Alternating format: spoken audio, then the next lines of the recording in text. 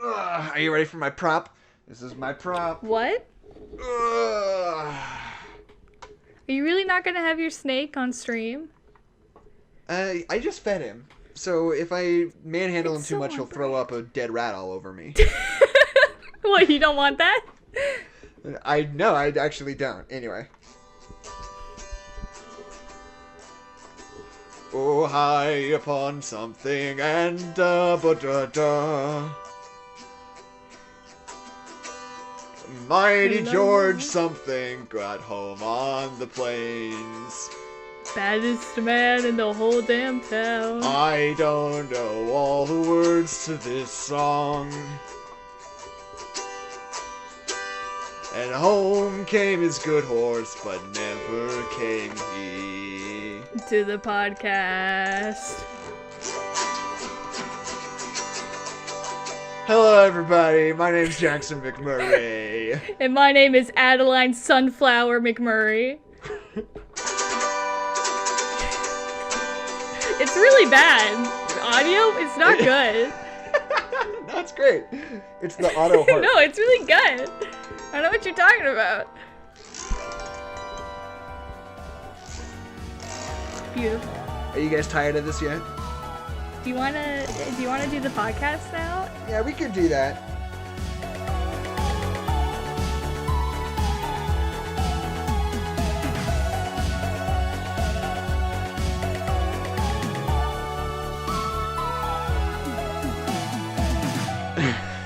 So, are you ready for this? A series of unfortunate events. A series Podcast. of no good happenings. the Bad Times Expressway. The book. The movie. 1. The Polar Express, but instead of letting children on, it runs children over. Hi, my name is Alan McMurray. Yep. Nope, Kate's right. It was 40 minutes of me trying to figure out how to record. Hell yeah. So, for those listening at home, not watching our stream, this is our inaugural stream/podcast. This is our first time recording our podcast in front of a live studio audience. And it went smoothly. No hiccups at all.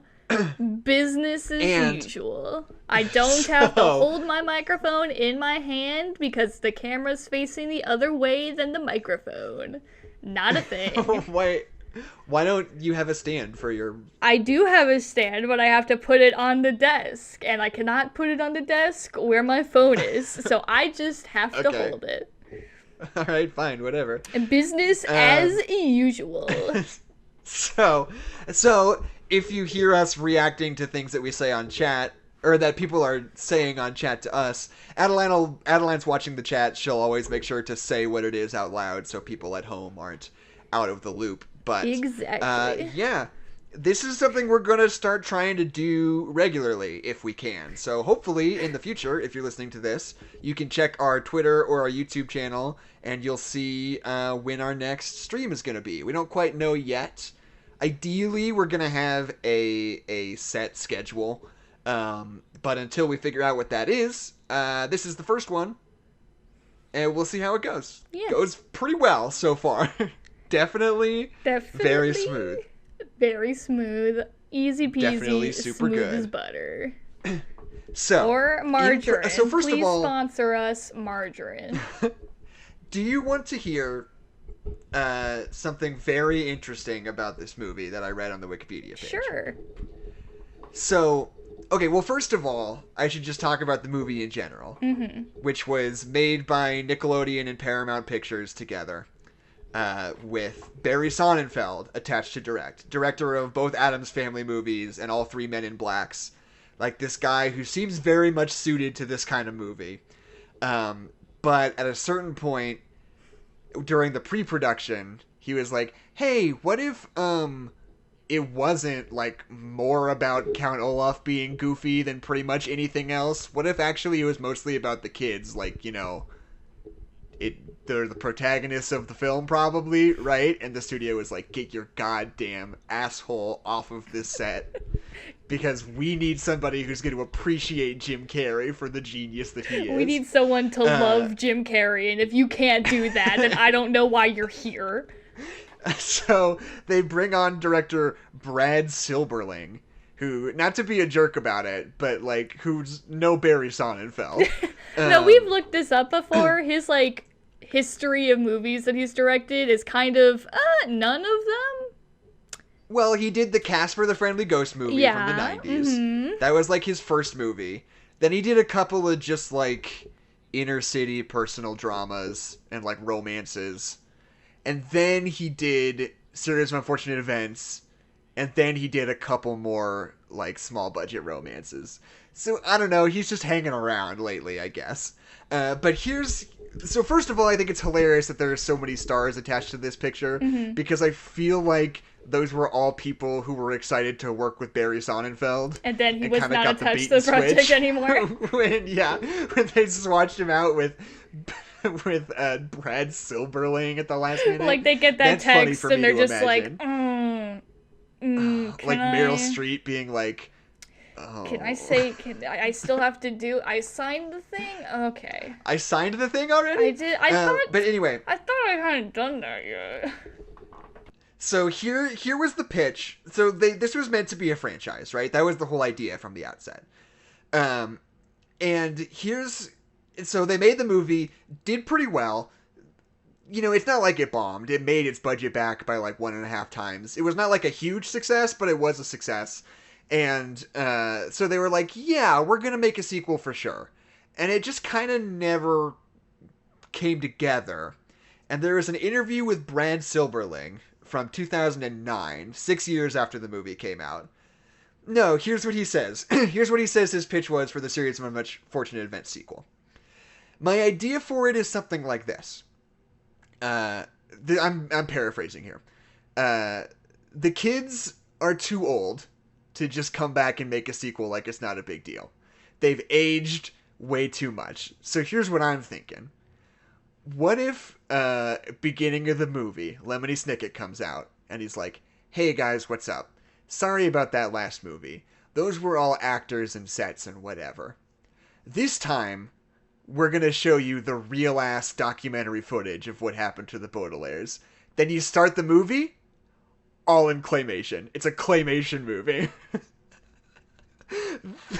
That was his idea, was to have each sequential movie be in a different medium. So, like, each one would be a completely different, like, type of movie in general. And, like, Adeline just unplugged her microphone right in front of me. It wasn't when I was talking though, so it's fine. I just made editing 1,000,000 times harder for you, but whatever. Okay. So yeah, I think the world was cheated out of this movie, in which suddenly it's stop motion and we're just supposed to believe that this is the real happenings. But I feel like, God, that's so good.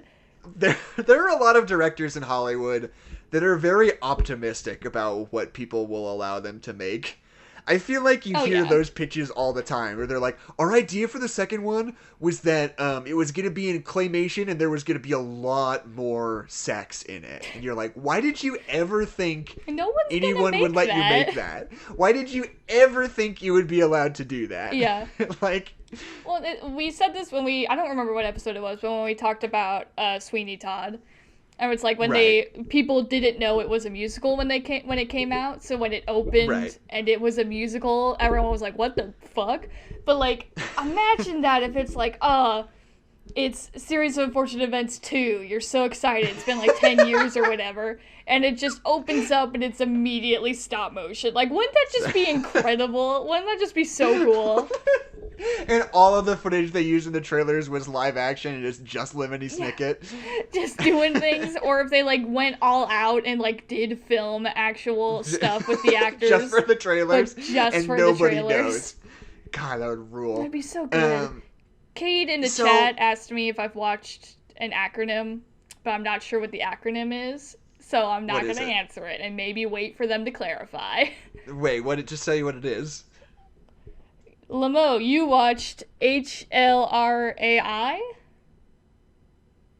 HLRAI. Hilveray?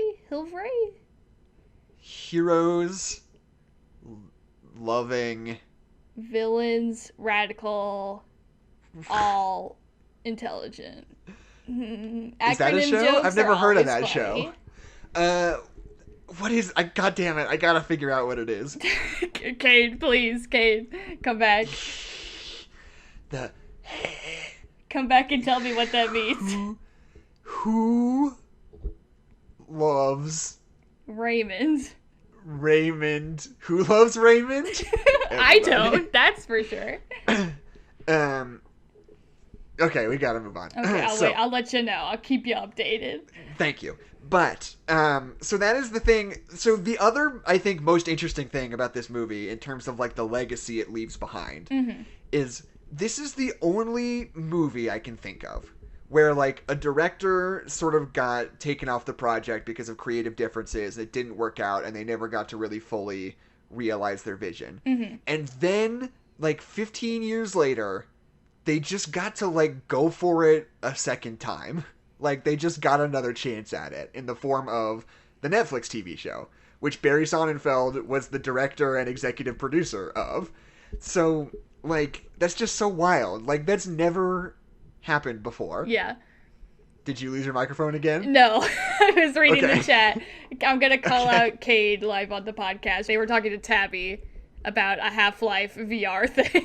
So nothing. Oh, I should have known. Nothing to do with anything. About. So they were just having a different conversation in our chat. Yeah. So now that when I say it, I sound dumb. But just to throw us off. Yeah, we're gonna throw some curves at you. Just start talking about Portal in the comments. But yeah, it's really interesting that, like, the TV show and the movie are really visually similar in a lot of ways. They share a lot of the same, like, production design sensibilities. Oh yeah, definitely. With the caveat that the show looks like 1,000 times worse. Oh, really? Low key. This movie looks real good. It's definitely hokier. It's got a much different tone. The thing about this movie that I still think about, even coming back to it 15 years later, however long it's been, this movie looks fucking awesome. It does. It's got, like, such a strong aesthetic. And, like, the production design is so tactile and everything is so real. Series of Unfortunate Events.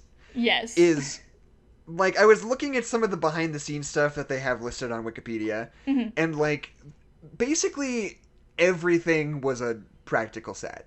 Oh, yeah. And a lot of it was, like, practical in ways that I wasn't expecting.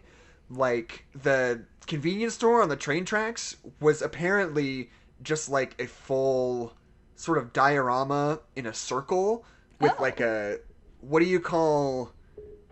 like a matte painting that, like, goes all the way around it. Right. But it had, like, a matte painting that they had stretched around the circle of what they had. Wow. So that potentially they could film from any angle and have that, like, matte painting, like, desert going off into forever without using any green screens. Was the house falling into the water, like, as they run out of it, was that a practical model falling into water? Yeah, a lot of that stuff is practical. They did on a big tank on the Paramount film. Yeah, because I was watching that, I was like, that looks really good. Like, that doesn't look like CGI. Yeah.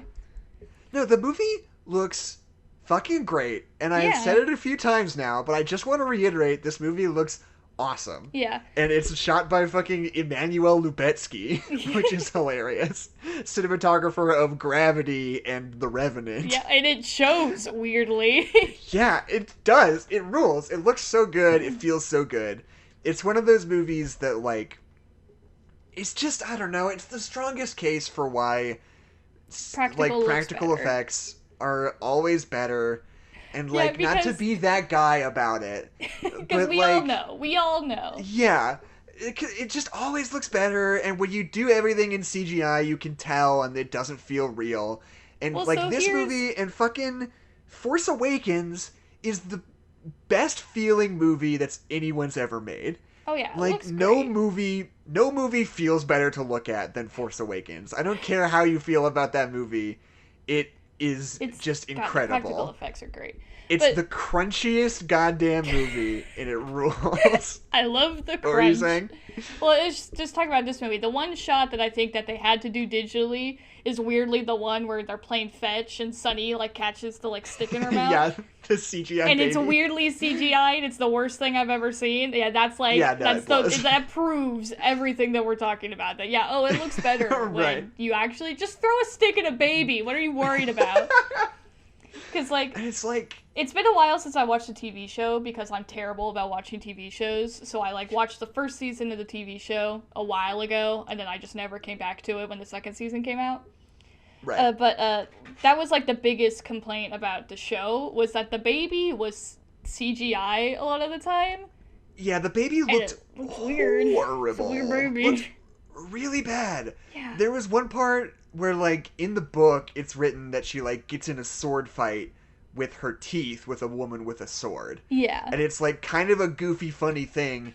And if I were in charge of making a TV show, literally the first thing I would say is hey, so obviously we're not doing that. Yeah. But they were like, no, let's just fucking go for it. Let's just have a CGI baby fight a woman with a sword with her teeth. Why not do that? Sure, let's go for it. And it is the stuff of nightmares. It's not good. It's Doesn't really she not also good. get tied to the log that's gonna go into the log splitter? Right. And it's also CGI. It's one of those things where it's I don't remember that. You could do that practically and just edit around it. You could put her on a thing and then just edit it moving and just have her on a stationary thing. Right. And it's I don't get it. It's kind of a shame, and obviously it looks better the longer the show goes on. Oh yeah. But that show has Bo Welch doing the production design, who's a famous production designer who did Beetlejuice and a lot of the early Tim Burton stuff. Oh, gotcha. He directed Cat in the Hat. But he's amazing. He's but he's known as one of the best production designers in the business. Mm-hmm. And a lot of that show feels kind of empty. Just it's not big. Just I don't know. It has to be just budgetary because TV is so expensive to make. Oh yeah. You've got to do everything so fast, and you've got to do everything. You got to do so much of everything that you just can't give everything the same amount of attention that you give. This movie, do you want to guess the budget of the movie? Movie budgets are always way more than I expect them to be. I'd say it cost $140 million to make this movie. Wow, that's way bigger than I thought. That is insanely high. I was gonna say $5 million.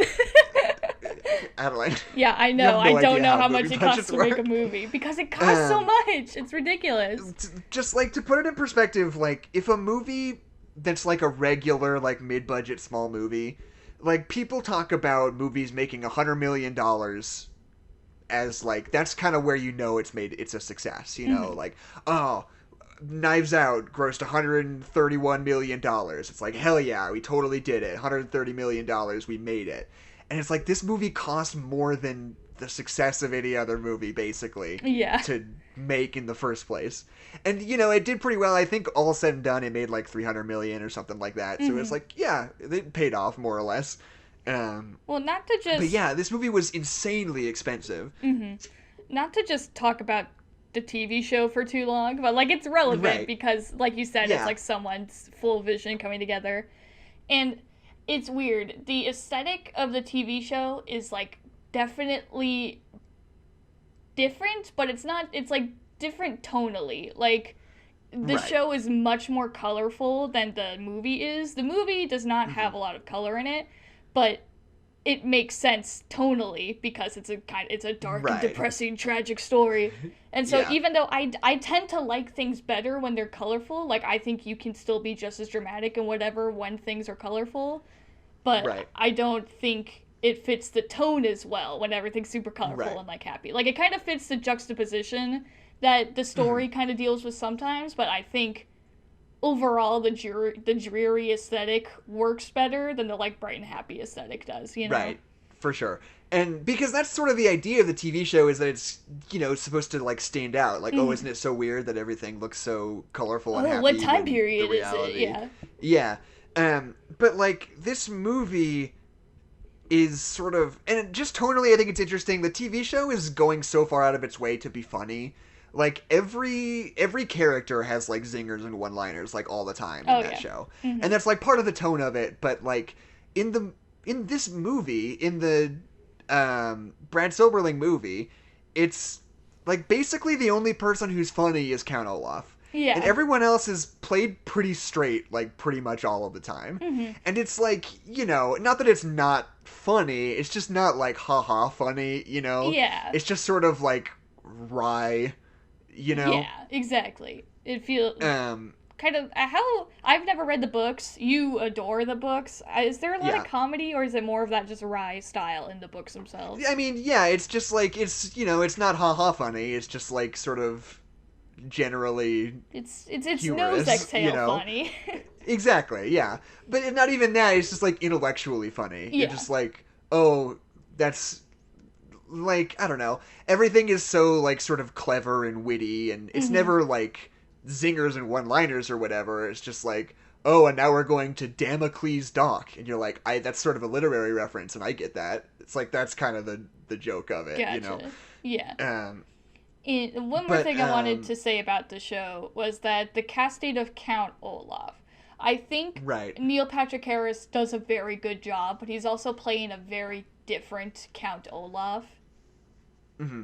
And it also, that was the one thing, since when I started watching the TV show, because I grew up with this movie, but either way, it's like, when Neil Patrick Harris comes out as Count Olaf, my first thought is, that's Neil Patrick Harris with a dumb wig on. Like, that's just... Right, yeah. That's just what he looks like. But then, when Jim Carrey comes down the stairs, he looks like Count Olaf, just, like, to the T. Like, it's crazy how much he looks like Count Olaf. And, like... And his performance in this movie... is so good. Is just, like, so perfect. One of the things I made note of, I have this, like... headcanon in my head that Cat in the Hat and Series of Unfortunate Events are like sister films, because they're both like big, expensive adaptations with child casts and famous comedic actors in very make-up-y roles. That's fair. And they're both like shot by Emmanuel Lubezki and cost a lot of money and came out in the same year. And I was just thinking, because we watched Cat in the Hat semi-recently. Yeah. And the difference between Series of Fortunate Events and Cat in the Hat in terms of its lead actors is that Cat in the Hat is so obsessed with Mike Myers. Oh, yeah. It wants to show you every goddamn thing he did in front of the camera, regardless of whether it's funny or not. What's so weird about that film is that they make him not funny, and that's hard to do because he's a funny guy, but he's doing all these goofs and none of them are funny. Yeah, they all go on for too long, and they hold on him for too long. And, like, the timing is weird. And, like, the thing about Series of Unfortunate Events... shots, it's bad. Yeah, and, like, I would argue that Jim Carrey is probably doing the same amount as Mike Myers is in Cat in the Hat. But this movie understands how to treat it. It understands that this performance is part of a whole, and the whole movie isn't just about Jim Carrey being funny as much as possible, you know? Yeah. I mean, I do also think it has to do with the character of Count Olaf, because you can't really compare it to the Cat in the Hat, because the Cat in the Hat is not a character. He's just kind of a guy, and he says some, like in the book, he's just like a guy, and then he says some things, and then he leaves. So when they do the movie, and they're just like, be funny, do whatever you want. So, like, the character is Mike Myers. Like, it's not anything else. Is it Mike Myers or Michael Myers? It's Mike Myers. Mike Myers. You always... I always do it because I said it right this time. You say Michael Myers, wait, what if that's wrong? Mike Myers. I mean Mike Myers. Just know I'm always talking about the comedian from this point forward. Okay, Mike Myers. But they're just like, Mike Myers, here's this character that's basically nothing, so just be Mike Myers. And then Mike Myers was Mike Myers, and they just, like, focused on him so much because there's nothing to the Cat in the Hat. Yeah, he's just Tabby says he's just a demon. Yeah, he's not a character. But then versus Count Olaf, who is a very strong... I just punched my microphone, Jesus Christ. As opposed to Count Olaf, who is a very strong character and does have a character, period. Like, right. Whenever, like, Jim Carrey is, like, doing goofs or whatever, it doesn't feel like Jim Carrey being Jim Carrey. It feels like Jim Carrey doing goofs inside of Count Olaf, you know? Like, it feels... Right. Because what's so great about that performance, too, is that Count Olaf, even when he is being silly, that silly just kind of, like, alludes to, like, this, like, deeper, sinister intent that, like, it never... Right. It never turns into Mike Myers putting a fake butt and pretending that the couch is a car engine so that he can make a southern accent. Like, it's never that. It's always like Count Olaf is this self-absorbed actor who thinks he's amazing no matter what he does. So he's doing all these stupid acting exercises. And even though those exercises are funny, the point of them is not that they're funny. The point of them is that Count Olaf is so obsessed with himself that he thinks he's amazing. Like, it always it always fits inside the character. Count Olaf thinks he's in The Cat in the Hat. Yeah, Count Olaf is expecting the movie to be cut together like The Cat in the Hat. Yeah. Count Olaf thinks he's the Cat in the Hat. Exactly. And so what do you think about the Littlest Elf intro? What are your thoughts on that? I wrote that down. I think it's an interesting choice, but I think it does work.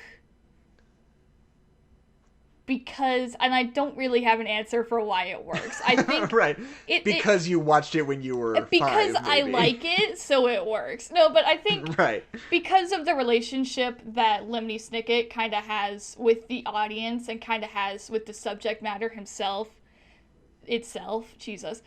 Like, it seems more like he's,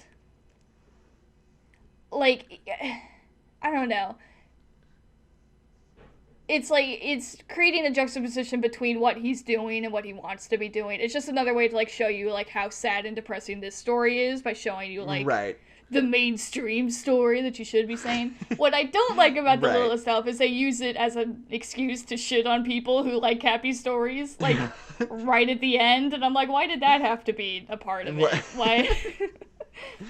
It's like, this isn't the Littlest Elf. And if you like the Littlest Elf, you're an idiot and I hate you. And you're what's wrong with society. Wait, when does it do that? It's always telling you to go watch Littlest Elf. What do you mean? No. He's like, at the end of the movie, he's like, but if you're the type of person that loves to think and invent and love and find sanctuary, then you don't need the Littlest Elf. I don't know. Whatever. They definitely come in at one point and they're like, also, if you like the Littlest Elf, fuck you. And it's like, okay, but you just said that was better. So, okay. I took a moment this week, it's Friday, to watch the director commentary on this movie. Ooh. Which is a director commentary with Brad Silberling and Daniel Handler in character as Lemony Snicket. That's fun. And let me tell you, I didn't learn a goddamn thing about the movie. No, that is also fair.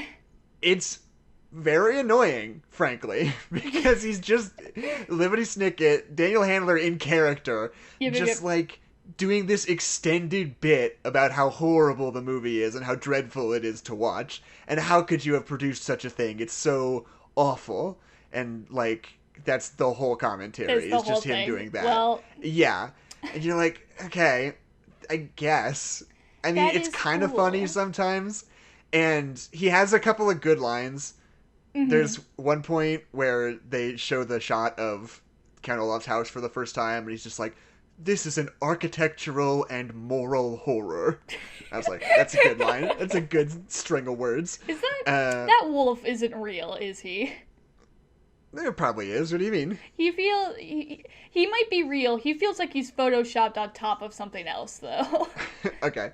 And the other line that I thought was really funny is when he asked the director about something, and he was just like, oh, well, I don't know, I kind of think of this whole movie as sort of like a happy accident. And he was just like, this is not a happy accident. This is something horrible that was done on purpose. I thought that was really funny, too. That's really good, too. But yeah, like literally the only thing I learned about the movie from the director commentary is that the big tortoise in the living room at Montgomery's house had diarrhea a lot on set. Oh, no. Because he just said, like, that's a really good turtle. That's a very a very continent turtle that definitely did diarrhea all over the set while we were shooting, and they like went on to something else. That was literally the only insight I got into the production of the movie. Yeah. Was that tortoise's diarrhea.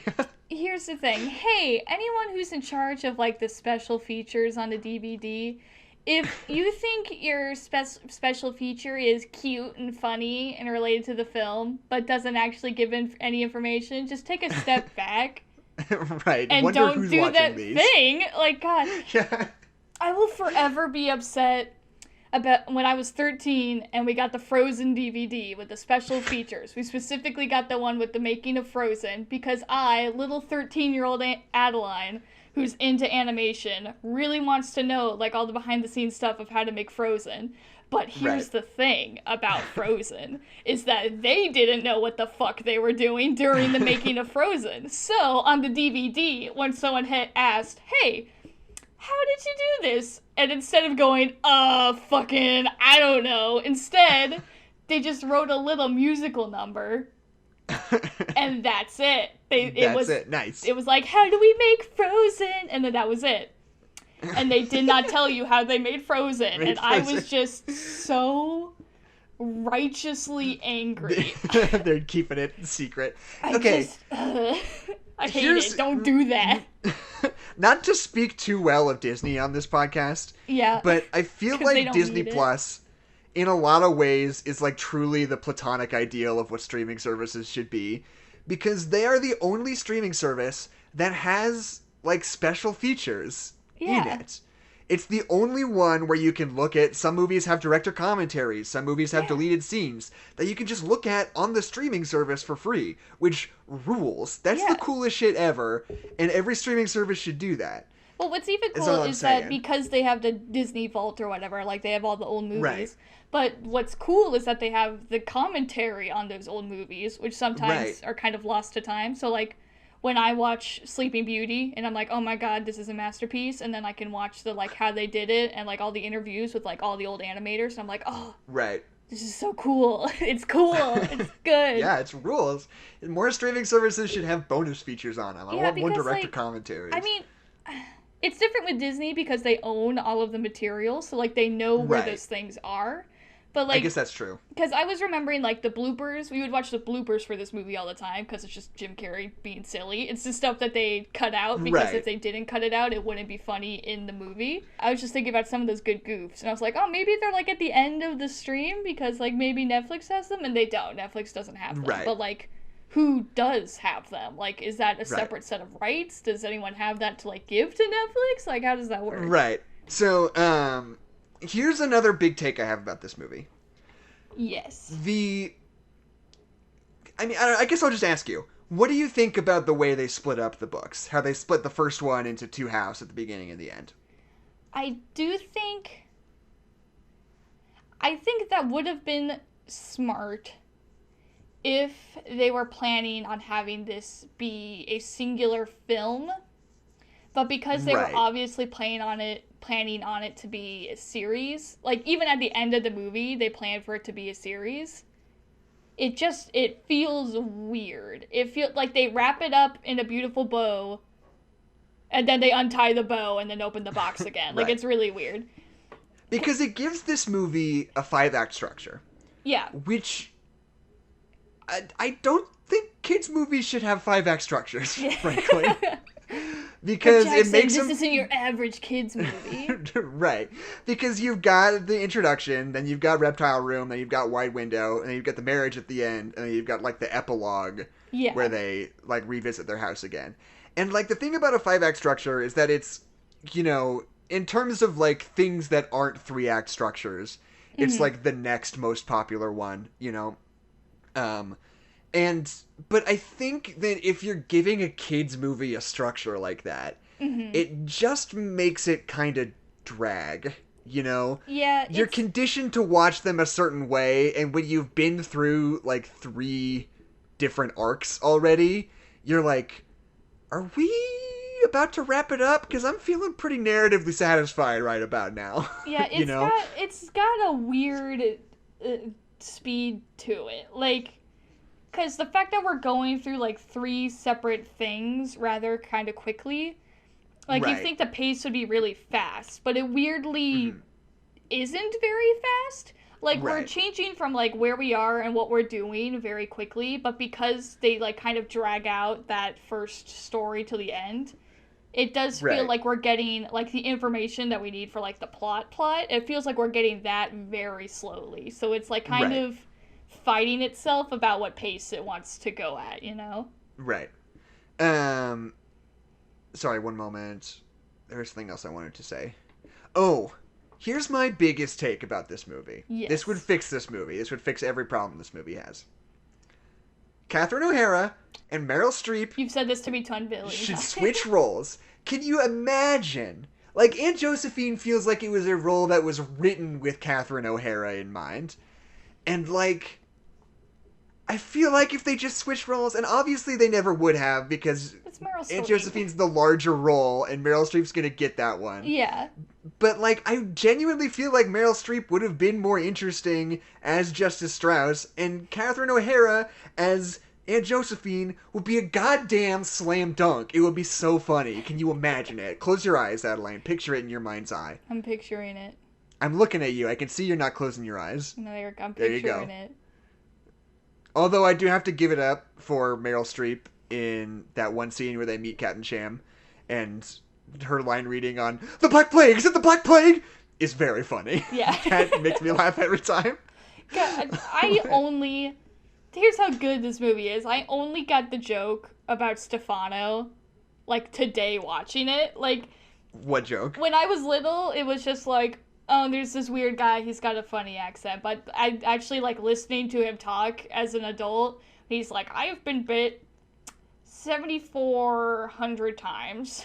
And he's just, like, always talking about his plastic surgery and, like, all the times he's gotten bit. And he's like, well, I have the kipper in my mouth, and I'm gonna feed the snake. And, like, he's just talking about all these things. It's really funny. It's really funny, but again, it's really funny inside of Count Olaf, because Count Olaf is this crazy character, and he's also trying to justify why his face looks like that. Like, it's so good. But yeah, it's like this crazy actor who's like playing this character with like way too much business, and he's like getting way too into it.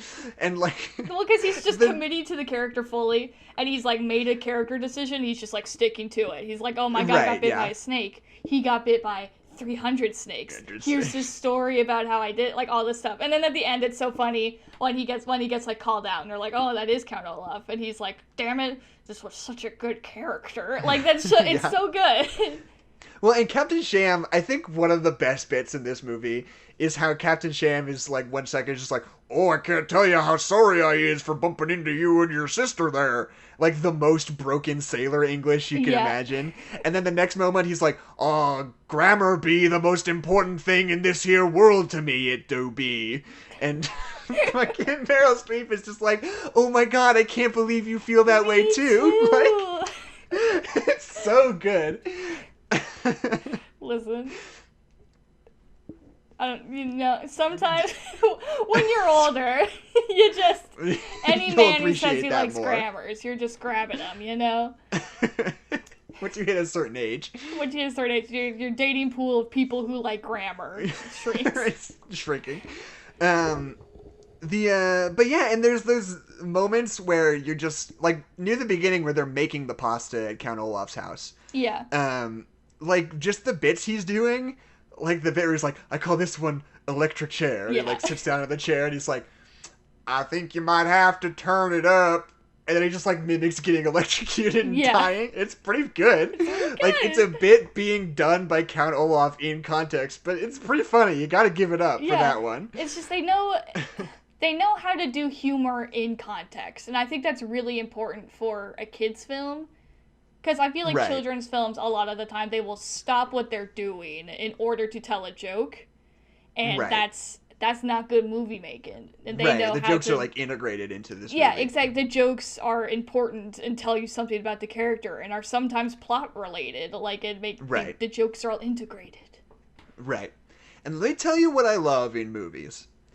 I love people solving the fuck out of problems. Yeah. That's, like, my whole jam. That's why I like The Martian so much. That's why I like the first few seasons of Breaking Bad so much. Mm-hmm. Because those are all movies where it's just like, oh, fuck. If I gotta fix this, and I don't have that many supplies. Let me just fucking goddamn go apeshit on the stuff I have around. Have you ever watched fix MacGyver? The problem. No, I haven't. I feel like that I don't like would be old your jam. television, but whatever. Is that movie is it called MacGyver? Is that what the show's called? Yeah, the show's called MacGyver. Okay, then yeah. But, like, and this movie absolutely scratches that itch for me. Especially, like, the best one is when they're in the car about to be hit by the train. Oh, yeah, and they're, like, pulling springs out of the upholstery, and they're, like, biting the heads off bobbleheads. They're trying to, like, change the train switcher, which is conveniently placed, but whatever. And it's like, I don't know, it just rules. It's fun and satisfying. Yeah. And there's like 3 different times where they're like doing like creative problem solving stuff on screen. I love that. I think it's so good. I love how effectively and just quickly this movie gives you information. Like, that scene is so cool because like the car gets parked on the train tracks, Count Olaf goes into the gas station, does some funny bits. But, right. Again, showing off how crazy Count Olaf is. Like, it's very sinister. He's making all these jokes when kids are about to be hit by a train. Right. But then, like, it's like, oh, here's the book. It's about how to inherit money. Oh, here's a thing about trains. Here's a list with a bunch of times on it. We figure out we're on the train tracks and the train's gonna come. All right, here's the problem. Those really cool shots where it's like the library and these specific books are being pulled out of the wall. Those inserts of, him thinking about books are that really just, good. like, tell you exactly what Klaus is thinking and how he got that information, and then him using it immediately is just, like, so effective and so cool. It's like, here are all the pieces you need to know, go, we're doing the thing. It's like, hell yeah. That sequence is so, like, narratively satisfying and, like, well put together in terms of, like, how expertly they deploy every piece of information you need and have each one of those things pay off immediately. You know? Well, it's like even at the very beginning when they're like introducing all the Baudelaire children, like they just do it so quickly. They're like, here he likes books. Here's him reading books. He does something cool with books. And it's like, great, I got it. Cool, I like it. Yo. And that's the thing about this movie. I wanted to bring up that like the reason that works so well is because that's sort of the way it works in the books too. Is that it's just like, here's these 3 characters and their one character trait, you know? Yep, and we're good. It's all you need. But it's like, and you know, obviously it's a little bit more complicated than just that, but like, it's everything emotionally in those books is very surface level, right? You're never there's not a lot of interiority to it, you know? Yeah. Which is fine, because that's just sort of the tone of the book. It's just all about, like, you know, these kids who are just, like, constantly flying by the seat of their pants, trying their best to figure stuff out. And they have, like, the things that they like and the things, they're, like, skills, and they love each other very much. And that's, like, basically all you ever need to know. There's something sort of fairy tale-esque about it. Yeah. And that's why I kind of don't like that weird sequence in the Count Olaf part, where they're like, how could our parents do this to us? I have all these really complicated feelings about what's going on right now. It's like, no, I think you should just be sad and like books. I think we're good with just that. Yeah. You know? It's weirdly, I feel like there's too much interiority to the characters in this. Yeah. And like Klaus is weirdly angry a lot of the time, which I don't really like. That kid plays Klaus, like, angrier than I like for him to be. Yeah, well, he plays him more like a teen boy rather than a fairy tale boy. Right, yeah. And it's, I was thinking about it, because I remember last time that we watched this movie before this, we said that the kids were probably the weakest part of this movie, like, as far as like, the characters go. And I would agree with that. They're pretty much cardboard cutouts, and they do what we need them to do. And, like, anytime any of them says something emotional, I'm just like, whatever. But, like, it's not... I kind of want to say it's not their fault. They're not bad actors. It's the character that they're playing and the way that they should be playing the character. Right. When they try to do, like, emotional acting, it doesn't work because that's not what the character's like, you know? Right. Like, except for that part at the end where they burn the piece of paper and then Violet turns to him and she goes, "Oh, by the way, you're a terrible actor." That's the worst line reading in the planet. It fucking sucks. I hate that. It sounds like Debbie Ryan. Like, it's the worst. Yeah. It's the worst thing on the planet. God damn it. She bites her lip and she goes like this. She doesn't, but she might as well have. And the thing I don't like, because, like, ideologically, I like the idea of splitting up the first part into, like, the first book into 2 parts that sort of bookend the movie. But it doesn't change the fact that, like, Jim Carrey, or, like, Count Olaf getting the kids back a second time is weird no matter how you slice it. That, like, never feels right to me. Yeah, well, the whole thing, what I do like about this show is that they go into, like, how, like, the custody kind of works a little bit more, because you, like, get a little bit more of, like, a B-plot of, like, the bank going on. Right. In this movie, it's just like, oh, here's the bumbling bank man. He makes decisions. So when he's like, oh, you let the baby drive the car, it's like, oh, he made a bad decision, but he's a good man. And it's like, that's weird, first of all. But then when he saves the kids, and he's like, I misjudged you. I have the children back. It's just like, what? Why, though? What? Yeah, I don't know. It's just weird. It's weird that he ever gives the kids back to him. Yeah, it's weird. And, like, even within the realm of the, like, absurdism of the buffoonery of Mr. Poe, it's just like, what? No. Like, why? How? I do remember, anyway. I don't remember the exact goofs, but I remember there just being some, it's a famous actor who plays the film, the theater critic, right? Who is that? Dustin Hoffman? Dustin Hoffman, that's right. I don't get that bit. I don't either, but there's some really good deleted bloopers of him and the cop just, like, talking and making comments during the play, which are hilarious, and I wish they kept in, because I feel like that's appropriate. Yeah. It's weird because it seems like they're like, oh, we've got this thing that's like a play. Wouldn't it be fun to have like a Statler and Waldorf? Like, who can we pull in to do that? Yeah. And it's like, fine. But the thing about this play is that, like, this is one of the parts of the movie that's not really very goof forward. No. Like, this is sort of like the central dramatic unit of this movie. Mm-hmm. And it doesn't really benefit from having a Statler and Waldorf, you know? Well, I would argue that there are goofs in that scene, and I and a few more won't hurt it. Like when Count Olaf's like, be careful, this might get graphic, and then he just hits the mannequin and the head goes flying off and the whole audience like starts gasping. Like, that's hilarious. And he's got that Brendan Fraser wig on. Yeah. Which is really good. It's really good. Yeah, so what are we at here? Kind of jump. Well, we're at 50. I'm at 50, but I lost like a minute in there. Yeah, so we gotta keep it rolling. I mean, I don't know if I have that much more to say. Besides, I have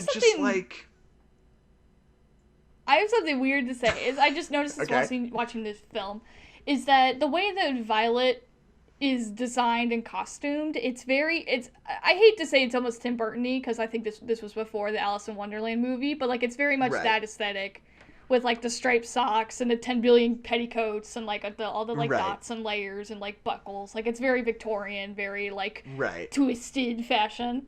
Yeah. And then Klaus is just wearing, like, a sweater and brown pants. Yeah, I don't know. I think it's fine. I just noticed that. I was like, that's weird. Like, she's, like, decked out, full Victorian, like, matches the aesthetic so well. And then Klaus is just, like, in clothing that I think you own and could wear tomorrow. Right, yeah.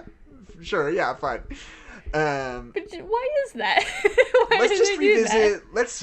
Let's revisit how that turtle had diarrhea. Let's talk about that. Talk about that some more. I wanted to say that, like, there's some awesome sound editing in this movie. Mm-hmm. How, like, I love that whenever Count Olaf is in his, like, tight suits when he's around the house, you can always hear his clothes, like, groaning and squeaking as he, like, moves around. Yeah. Like, they just make it feel like they're super tight on him, and you can just, like, hear the sound of him, like, leaning forward whenever he moves. Yeah. It's like, such a small thing, but it, like, has such a... It's important to, like, the feel of the movie, you know? Mm-hmm. Like I described... I don't know how exactly to put into words, like, that a movie just feels good and feels real. It's got, like, a tactile energy to it. You're able to, like, fully give yourself over to it. I described Force Awakens as crunchy. Yes, you did. That's the best adjective I could think to describe a movie that just, like, so fully feels like a real thing, you know? And I feel like Count Olaf's clothes squeaking because they're tight is, like, a perfect... crunchy detail to me. Yeah, no, totally. This is like a top 10 crunchy movie for me. And like, what are some other really crunchy movies? Labyrinth. Pretty crunchy movie. Very Labyrinth crunchy. is a good example. Ooh, Ian says it's almost like the house is a part of his character. Whoa. Pretty tight. I would write an essay about that. Chat, what are some crunchy movies? Show me some crunchy movies. The Martian's pretty crunchy. Every time he eats a potato, I feel it. Pretty crunchy. I don't think it's as crunchy as any of those other movies, though. No, it's not like a 7 out of 10 crunchiness. What about Iron Man's pretty crunchy? I think the first Iron Man movie is a pretty crunchy movie. I don't remember Iron Man being very crunchy. When he's like in the desert, he's like in the cave, building stuff. That feels like cheating, though. The desert's always going to be crunchy. Like, there's always going to be sand and sand sounds. Of course it's going to be tactile and crunchy. But no. Crunchy doesn't necessarily describe the content. It just describes how good it feels. I get you. Any crunchy movies from chat yet? The Spirited Away is pretty crunchy. Like when she gets... Yeah, see, that's a weird example. I think that is a pretty crunchy movie. Like when she gets like all of the like tokens and like the bucket, and you can hear them all like click, and like all the machinery makes sounds. Like the sound design of Spirited Away, good movie. Good flick. Very and like crunchy. When she pulls the bike out of the big gnarly trash guy. Yeah. That's or a like pretty when crunchy... No Face is like dropping the like gold droplets, you know. Yeah. It's a good one. That's a good example. Whoever said that, props. That's a good pull. I said that. Oh, okay. I thought you were reading that from chat. Ian says Sam Raimi Spider-Man. I don't think so. I don't think that movie feels... It does feel tactile, but it feels like a set a lot of the time. It really feels like it was shot on a Hollywood backlot to me. Yeah, that movie kind of feels like it's shot like a sitcom. Does that make any sense? Yeah, a little bit. Kate says Mad Max Fury Road is being crunchy. Oh, that's a good. I feel like that's the desert loophole, movie. Though. Like, there's no way that's not. Why do you think crunchy. that's a loophole? Because it's anything. A desert is reliant on the fact that it's a desert, which means there is sand. So the sound design for the sand has to be very tactile. You'd have to disqualify Force Awakens then too. Well, but they go other places. Right, okay. Like when they go to the bar and there's all the aliens and 3 different aliens turn around and stuff like that. Like there's other You'd have to disqualify The Martian too. What? You'd have to disqualify The Martian too. It's a desert planet. I was talking about the potatoes. The potatoes are crunchy. Okay, yeah, I guess. Yeah. Or like when when he's like out in space and there's like the rope and you can like, it's like bumpy. OG Alien is another crunchy film. That's pretty crunchy. It's a pretty crunchy That's a film. good crunchy one. I have refused to watch any Alien movie because they're gross. And I won't do it. You're a wuss. Because I'm a wuss. That lady's giving birth and then alien explodes all up in her womb. Nope, don't want it. That's don't want Prometheus, that. Adeline. That's Prometheus. That's not Alien. Is it not Alien? I thought that was Alien. Anyway. No. In Alien, they surgically remove the sac from out of that woman, but then as they're lifting it up, it explodes. Yeah. And all the umbilical juices pour out all over her open surgery bod. Yeah, that's what I fucking hate. I hate that so much. It's a good movie. No, it sucks. Prometheus, good flick. No, bad flick. Ugh. God. You can feel me physically getting angry at you describing it because I hate it so much. I just remember I walked in on you watching some alien movie where he like puts his hand in one of the eggs and it like breaks his arm and it's gross. You've said this so many times. That's the trailer for Life. For what? The movie called Life, which was kind of an Alien ripoff that came out like 3 years ago. That was in the trailer where the guy reached in and he was like this little see-through like amoeba-looking alien. Yeah. And he like crushed his fingers all up. You seem to think that was part of an Alien movie that I was watching, and you say that every time. Because I walked downstairs and it was on the TV, and I feel like you had told me you were watching Alien. This is a memory from like 4 years ago. So I think that is a false memory. I don't think that's maybe right. it is. Somebody reached their arm into a sack and got their arm all broke. I don't remember what it is. So anyway, this movie looks great. Pretty much the crunchiest movie ever. It's very crunchy. And Jude Law is good as Lemony Snicket, and Catherine O'Hara and Meryl Streep should have switched roles. Those are my final. Also, it's a 5-act structure, and kids' movies kind of shouldn't be 5-act structures. It shouldn't be that. Jim Carrey, great, knows how to tell jokes. It knows how to tell integrated jokes. That sounds weird. It does sound weird. It sounds like integrated jokes. Not racially integrated, like integrated into the story. Yeah. So yeah, how we doing, chat? We got anything else we want to do before we log out? I guess I feel like a lot of horror movies are very crunchy because they use the crunch for fear. Right. They use the crunch for evil, basically. Right. Yeah. No. Definitely. I think The Witch is a pretty crunchy movie. I mean, even what's the movie that we watched on the podcast? The Conjuring? Yeah, The Conjuring's pretty crunchy. Like with the stairs and like the basement. I don't think it's top tier crunchy, but it's pretty crunchy. It's pretty crunchy. And like when like things like when like people get like their arms yanked and stuff, like it's very tactile. The Witch is also like literally pretty crunchy because the opening scene is this old witch taking a baby and crushing it up. So that's pretty crunchy. It's pretty crunchy. Yeah, literally. Makes some great crunching noises. What's that stupid Christmas horror movie we watched? Oh, it was not like a movie. It was like a zero-budget movie on Hulu called like Mother Krampus. That's right. Or something like that. I just remember she like takes a cookie cutter and makes cookies out of someone's back. That's all I remember. We had a phase where us and our friends like to just browse Hulu for like the shittiest looking horror movies we can imagine. And there are some gold, let me tell you. We watched a movie called Circus Kane. So good. Which is wonderful. We watched a movie called Ouija 3, The Charlie Challenge, which was not about a Ouija board. It was about the Charlie Challenge. It's an unofficial... It's not even really about the Charlie Challenge. It's kind of about a haunted house. Yeah, it's an unofficial sequel to Ouija 2. It's really called good. Ouija 3, and we called it Ouija 3G. Circus Kane is really good, too, because it's kind of like... It's like Saw, but dumb and bad. Yeah, Circus Kane's great. Do both of those movies take place in haunted houses? Yeah, pretty much. Which is maybe the easiest set for a horror movie ever. Yeah, for some reason, all these movies are like, oh, what if this guy were doing a haunted house? But then it turns out, when people showed up to the haunted house, there's actually something suspicious going on, and people start dying. It's like, whoa, way to subvert expectations. What if a haunted house was haunted? What? But then we also watched Mother Krampus, which was not as funny. It was just kind of gnarly and gross. Yeah, it's just really gross. It's not even like, funny. Student film. Yeah, it was just like people getting like brutally like murdered. It weirdly had like pedophilic undertones a little bit. Yeah, it was just like not edgy good. as fuck.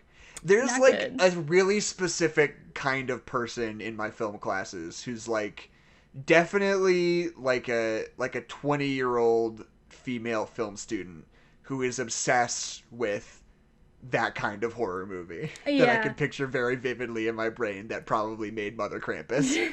Well, just they like the shock value of it, which I guess is fair, but it doesn't make it a good movie, you know? Any final thoughts about Count Olaf and his accomplices? Oh, God, Jim Carrey. We loved him as he deserved. We have no choice but to stand. Say what you just said again. We have no choice but to stand. We have no choice but to... You dropped this, King. This King. That's funny to me every time. You dropped this King is always funny to me. Okay, let's see. Yeah, I think we're good to call it. Give me just a minute. We had some good takes. We had a good time. We had some laughs. I gotta find a 1-star review. Actually, do any of you guys want to write a review? Have any of you guys seen it that we can read as our sign-off? We'll give you a couple minutes. But you have to be funny. This is also going to be funny. Why don't you look for one while they could possibly be writing one? That's what I'm doing. To save But it is time. going to take me a minute because my internet is hella slow. Because you live in the basement. Because I'm streaming and video chatting to you simultaneously. It's not a lot of space left for anything else. There's not a lot of space for goofs or funny things. There is a lot of room Adeline? for me learning how a computer works. There's a lot of room for that. Why don't you do it this time, Adeline? Look it up on like Amazon, because I can't really do it. Oh, do I have to find a review? Okay. Oh, yeah, this could be your job for this week. Yeah, it'll be fun. Jackson, you have to be funny. Well, not right now, because this is going to get cut out of the podcast. Don't be funny for the chat, guy. Oh, how about I do this for the chat? Ugh. Don't put the guitar away.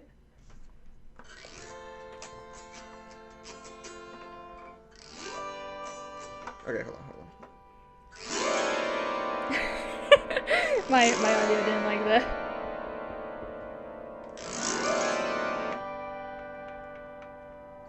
Oh, by the way, I also saw a trivia fact that said that Billy Connolly played the auto harp in the movie because apparently in real life he is an experienced auto harp player.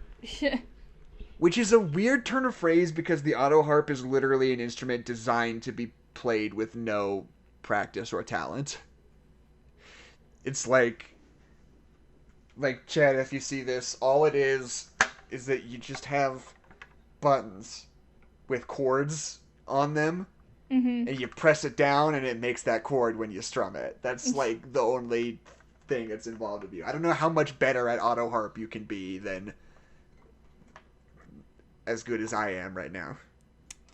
Hey Jackson, do you want yes? Do you want a half-star review of a series of unfortunate events? I would love that. Wow, I'm doing it this time. It's weird and different. Yeah. This review is from Letterboxd. Letterboxd.com. More like Litterboxd. Anyway, from Letterboxd.com by user. They're really quirky. Their review I thought we weren't doing usernames anymore. I just do it how I remember you doing it. Anyway, this review is yucky and scary. Frowny face. Ew. It's Who's too yucky? crunchy. It's too crunchy. It's too crunchy. I don't like it. I don't like icky. it. It's too crunchy and icky. Gross. I hate it. It's too crunchy. Anyway. My name is Adeline McMurray. And my name is Jackson McMurray. And this is No Nerds Allowed. And there are no nerds allowed. That's not the theme song. Are you sure? Can it be? Will we get sued?